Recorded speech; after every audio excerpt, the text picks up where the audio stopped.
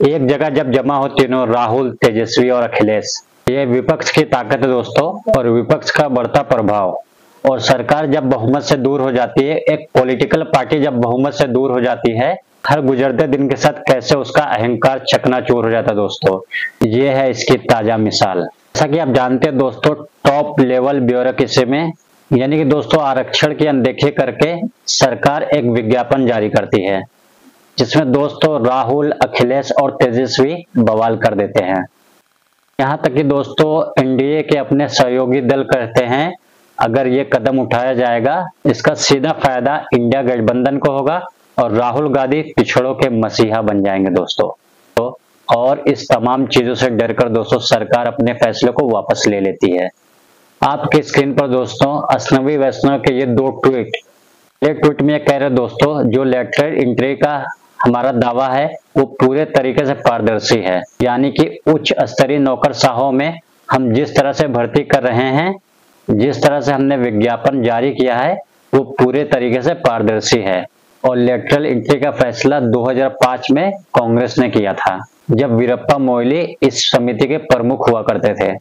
तो दोस्तों जैसे ही मीडिया में यह खबर आती है, प्रधानमंत्री अपनी चिट्ठी वापस ले ली, तब अश्विनी वैष्णव के ट्वीट देखिए दोस्तों, प्रधानमंत्री की तारीफ कर रहे हैं।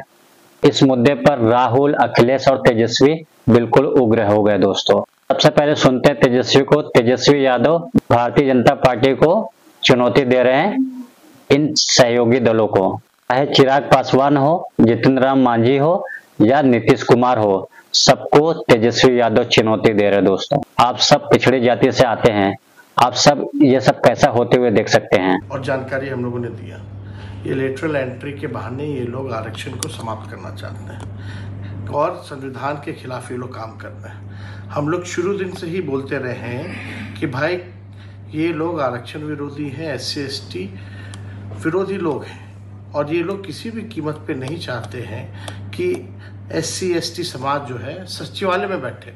ये लोग चाहते हैं कि शौचालय में बैठे भाजपा के लोग, नरेंद्र मोदी जी, इनकी सरकार, नीतीश कुमार जी हो, चिराग पासवान हो, जीतन राम मांझी हो, ये लोग सब लोग जो है टुकुर टुकुर देख रहे हैं। इनकी सरकार जो है इस तरह का काम किया जा रहा है। आपका सिविल सर्विसेज है, आयोग बना हुआ है, उसके जरिए UPSC है, सब चीज़ है, IAS IPS की बहाली का प्रक्रिया है, उसके थ्रू होता है, परीक्षा होती है, उसमें आरक्षण के प्रावधान दिए गए हैं, और ये लोग लेटरल के बहाने जो है आरक्षण को ही खत्म कर देना चाहते हैं। बताइए, बिना किसी परीक्षा के, बिना किसी आरक्षण के IAS और IPS भर्ती हो जाएंगे? यानी ये पूरा जो है संघ के लोगों को जो है भरने का प्रयास किया जा रहा है।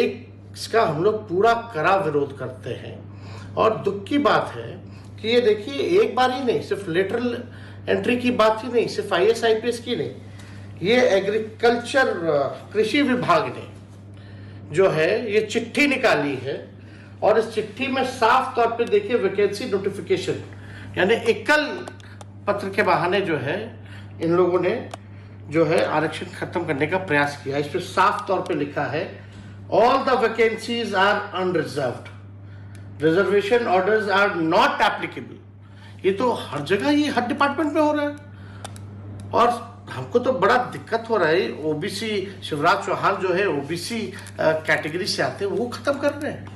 नरेंद्र मोदी जी अपने आप को पिछड़ा का बेटा बोलते हैं, शिवराज चौहान पिछड़ा का बेटा बोलते हैं, और ये हर जगह आरक्षण खत्म किया जा रहा है। ये लोग संघ के इशारे पे काम कर रहे हैं, और संघ के लोगों को भरना चाहते हैं इन सब जगहों पर। जितना भी महत्वपूर्ण पद है, जहां डिसीजन मेकिंग, पॉलिसी मेकिंग होता है, वहां ये लोग नहीं चाहते हैं कि कमजोर तबका जो है, जो रिजर्व कैटेगरी में जो लोग आते हैं, पिछड़े हों, अति पिछड़े हों, दलित हो, आदिवासी हो, ये लोग जो है अहम पद पर ये लोग बैठे, ये खत्म करने की साजिश है। राहुल गांधी ने इस मुद्दे पर करारा प्रहार किया था दोस्तों। राहुल गांधी का बयान आपके स्क्रीन पर, संविधान और आरक्षण व्यवस्था की हम हर कीमत पर रक्षा करेंगे। भाजपा की लेटरल एंट्री जैसी साजिशों को हम हर हाल में नाकाम करके दिखाएंगे। मैं एक बार फिर कह रहा हूं, 50% आरक्षण सीमा को तोड़कर हम जातिगत गिनती के आधार पर सामाजिक न्याय सुनिश्चित करेंगे। जय हिंद।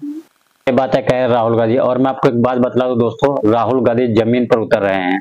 राहुल गांधी बरेली पहुंचे। आपको याद है दोस्तों, रायबरेली में एक दलित की हत्या कर दी गई है। एक तरफ लेटरल एंट्री जिसमें आरक्षण की अनदेखी की गई, उसके ऊपर मुद्दा उठा रहे राहुल गांधी। दूसरी तरफ दोस्तों, जो सोशल फॉल्ट लाइन है, जो समाज में दरारे के हिस्से हैं, उसका परिणाम होता है दोस्तों एक दलित युवक की हत्या कर दी जाती है। तो दोस्तों, रायबरेली में राहुल गांधी ने क्या कहा, कहना चाहूंगा। देखिए, यहाँ पे पूरी भीड़ है। ये सारे के सारे लोग जो यहाँ हैं न्याय मांग रहे हैं। क्यों? क्योंकि एक दलित युवा को जान से मारा गया है, धमकाया गया है, पूरे परिवार को धमकाया गया है, एक व्यक्ति को मारा गया है और यहाँ कोई कार्रवाई नहीं हो रही है। जो मास्टरमाइंड है, जिसने करवाया है, उसके खिलाफ कोई कार्रवाई नहीं हो रही है। एसपी यहाँ के मास्टरमाइंड पर कार्रवाई नहीं कर रहे हैं, छोटे छोटे लोगों को पकड़ रहे हैं, इसीलिए यहाँ पे लोग गुस्सा हैं। मैं चाहता हूँ कि उत्तर प्रदेश में हर वर्ग की इज्जत हो, हर वर्ग की रिस्पेक्ट हो और न्याय सबको मिले, इसलिए मैं यहाँ आया हूँ। और हम इस मामले को नहीं छोड़ने वाले हैं। जब तक इस परिवार को न्याय नहीं मिलेगा, तब तक हम पीछे नहीं हटने वाले हैं। इसे देखिए दोस्तों, अश्विनी वैष्णव का पुराना बयान, जिसमें वो लेटरल एंट्री को पारदर्शी बता रहे हैं। पर दोस्तों, जैसे ही फैसला बदल जाता है तो किस तरह का बयान जाहिर करते हैं और प्रधानमंत्री की तारीफ करते हैं दोस्तों। अरे अश्विनी वैष्णव जी, पहले फैसला तो कर लो। उच्च स्तरीय नौकरशाही में पिछले दरवाजे से जो प्रवेश दिया जा रहा था, सही है, पारदर्शी है या नहीं है? अगर दोस्तों पारदर्शी है तो हमारे देश के प्रधानमंत्री ने उससे पलट क्यों दिया? दोस्तों, ये सवाल तो पूछा जाएगा ना। और ये दोहरे मापदंड अब लाते कहां से हैं? अखिलेश यादव जी ये मुद्दे पे बहुत सख्त हुए हैं और इन्होंने बोला ये पीडीए की जीत है, पिछला दलित आदिवासियों की जीत। उनका बयान आपके स्क्रीन पर। अखिलेश यादव कहते हैं, यूपीएससी से लेटरल एंट्री के पिछले दरवाजे से आरक्षण को नकारते हुए नियुक्तियों की साजिश आखिरकार पीडीए की एकता के आगे झुक गई है। सरकार को अब अपना यह फैसला भी वापस लेना पड़ा है। भाजपा के षड्यंत्र अब कामयाब नहीं हो पा रहे हैं। ये पीडीए में आए जागरण और चेतना की बहुत बड़ी जीत है। इन परिस्थितियों में समाजवादी पार्टी लेटरल भर्ती के खिलाफ 2 अक्टूबर से शुरू होने वाले आंदोलन के आह्वान को स्थगित करती है। साथ ही यह संकल्प लेती है कि भविष्य में भी ऐसे किसी चाल का कामयाब नहीं होने देगी। वो पुरजोर तरीके से इसका निर्णायक विरोध करेगी। जिस तरह से जनता ने हमारे 2 अक्टूबर के आंदोलन के लिए जुड़ना शुरू कर दिया था, ये उस एकजुटता की जीत है। लेटरल एंट्री ने भाजपा का आरक्षण विरोधी चेहरा उजागर कर दिया है। आपने गौर किया होगा दोस्तों, अखिलेश यादव ने पिछला दलित अल्पसंख्यक के अलायंस की बात कर रहा है दोस्तों। ये नहीं कह रहे दोस्तों कि मेरी कोशिशों की वजह से हुआ है, नहीं, ये बोले दोस्तों ये जीत पिछली जाति की, दलितों की और अल्पसंख्यक की जीत हुई है। इसके पीछे के राजनीति को समझिए दोस्तों। कहीं ना कहीं अखिलेश यादव ये बयान देकर जातियों को ये संदेश दे रहे दोस्तों, हम आपको एम्पावर कर रहे हैं, हम आपके हाथ में और ताकत दे रहे हैं। दोस्तों ये बोल रहे हैं अखिलेश यादव, आप अगर कोई भी चीजों का विरोध करेंगे तो सरकार को झुकना ही पड़ेगा। सबसे बड़ी बात दोस्तों, जब आपके पास बहुमत ना हो तो उसका असर जरूर दिखाई दे रहा है। तो याद है दोस्तों, सरकार 2024 के पहले किस तरह से फैसले लिया करती थी, अपने सहयोगी दलों को नहीं सुना करती थी दोस्तों। याद कीजिएगा किस तरीके से किसान बिल लाया गया था। पिछले कुछ दिनों से क्या हो रहा है आपको गौर करना पड़ेगा दोस्तों। सरकार वक्फ बिल लाती है, नतीजा विपक्ष उसका विरोध करता है, सहयोगी दलों में भी उसकी असहजता दिखती है, नतीजा उसे ज्वाइंट पार्लियामेंट्री कैटेगरी में भेज दिया जाता है। ब्रॉडकास्ट बिल, इसमें अभिसार शर्मा, ध्रुव राठी, रवीश कुमार, सब पर काबू पाना, ये बिल भेज दिया गया था दोस्तों चुनिंदा लोगों पर दोस्तों। ये लोग जिसपे सरकार इनसे मंत्रणाएं भी करना नहीं चाहती थी, तो लोगों ने इसका विरोध किया।